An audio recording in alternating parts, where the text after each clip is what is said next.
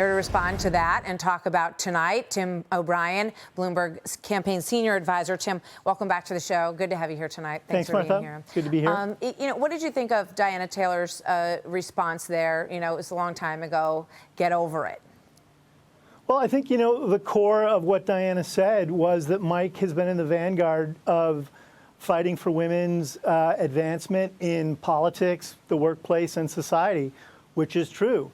Diana saw her partner on a stage last week get smeared by Senator Warren, who put words in Mike's mouth that he never said, and then offered a sort of litany of corporate lawsuits filed against Bloomberg LP as somehow indicative of Mike's own behavior, which also isn't fair. As Senator Warren should know, she's been on the opposite side of repeated smears from President Trump on a national stage, and she chose to go there. So I understand why Diana would take issue with that. And everyone's going to want to see how he reacts in a similar moment tonight. But it is interesting to me. You look at this Morning Consult poll. 32% of Democrat primary voters think that he is the most sexist candidate on the Democratic side. So he's got some work to do in changing people's opinions about his attitudes towards women, Tim. Well, I think Mike's record speaks for itself. I think we will continue to show voters exactly what he's done in his past and in his present. He arguably has done more on that stage from a policy standpoint to advance women than anybody up there, and that's just the fact of the matter. I think it's clear that Senator Warren is running interference for Bernie Sanders. In the debate tonight, we are going to take our argument directly to Bernie Sanders himself. I think Bernie Sanders is long overdue for a thorough policy vetting.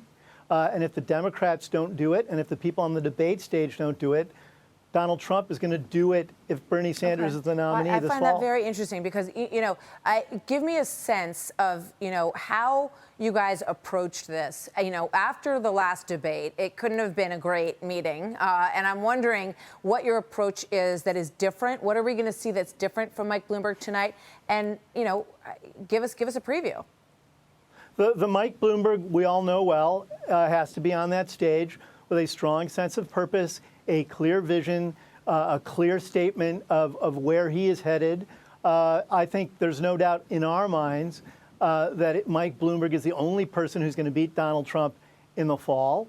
Down ballot candidates are completely freaked out about a Bernie Sanders at the top of the ticket.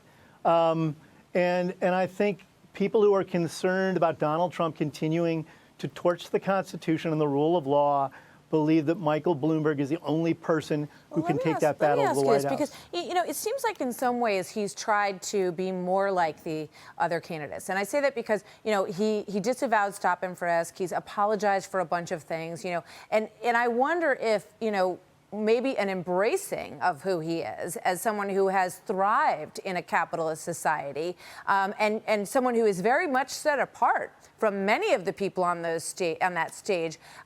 Is that what we're going to see? I mean, is he going to just embrace who he is and stand by his record? Well, so I think you're asking two questions there. On stop and frisk, I think it's strength in leadership when you can apologize for your mistakes.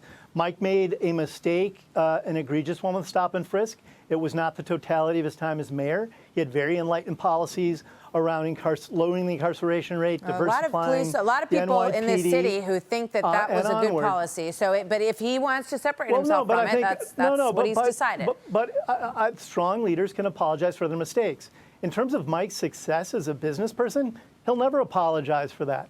Mike Bloomberg is an entirely self-made man. He worked his way through college as a parking lot attendant and went on to found a multi-billion-dollar company that came by all of its money quite honestly. He is not a serial bankruptcy artist like the president, and he has created hundreds of thousands of jobs in both the private and public sector. He's proud of that, and he's proud of the success he's achieved. All right. Well, in terms of their business records, if he does win the nomination, then President Trump will have a chance to answer to that, and we'll see them go head-to-head. If that's the way it all ends up, we'll see.